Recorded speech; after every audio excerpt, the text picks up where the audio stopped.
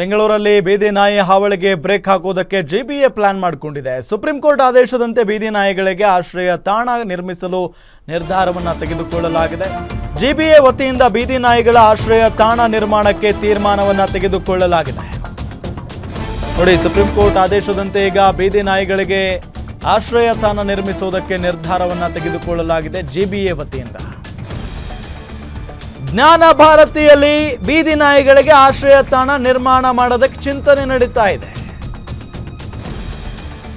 ಈಗ ಪತ್ರವನ್ನು ಕೂಡ ಬರೆದಿದ್ದಾರೆ. ಬೆಂಗಳೂರು ವಿವಿ ಆವರಣದಲ್ಲಿರುವ 10 ಎಕರೆ ಜಾಗ ನೀಡಬೇಕು ಅಂತ ಹೇಳಿ ಜಿಬಿಎ ಮನವಿ ತಿರಸ್ಕರಿಸಿದ ಬೆಂಗಳೂರು ವಿವಿ ಕುಲಪತಿ ಡಾಕ್ಟರ್ ಜಯಕರ್ ಶೆಟ್ಟಿ. ಬೀದಿ ನಾಯಿಗಳಿಗೆ ಆಶ್ರಯ ತಾಣ ನಿರ್ಮಿಸಲು ಜಾಗ ಇಲ್ಲ ಅಂತ ವಿವಿ ಕುಲಪತಿ ಹೇಳಿದ್ದಾರೆ. ವಿವಿಯಲ್ಲಿ ಈಗಾಗಲೇ ಸಾಕಷ್ಟು ಶಿಕ್ಷಣ ಸಂಸ್ಥೆಗಳಿಗೆ ಜಾಗ ನೀಡಲಾಗಿದೆ.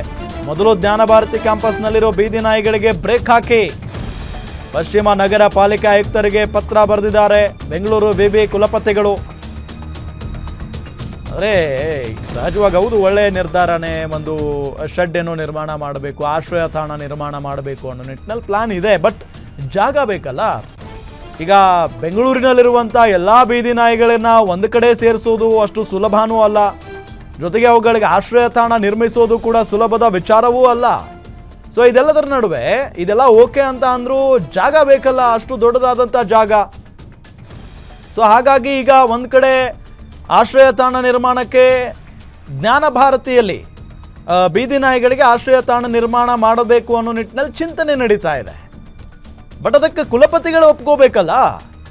ಈ ವಿಶ್ವವಿದ್ಯಾಲಯದ ಆವರಣದಲ್ಲಿ ಓಡಾಡುವಂಥ ಬೀದಿ ನಾಯಿಗಳಿಗೆ ಬ್ರೇಕ್ ಹಾಕಿ ನೀವು ಮೊದಲು ಅಂತ ಹೇಳಿ ಅವರು ಪತ್ರ ಬರೆದಿದ್ದಾರೆ.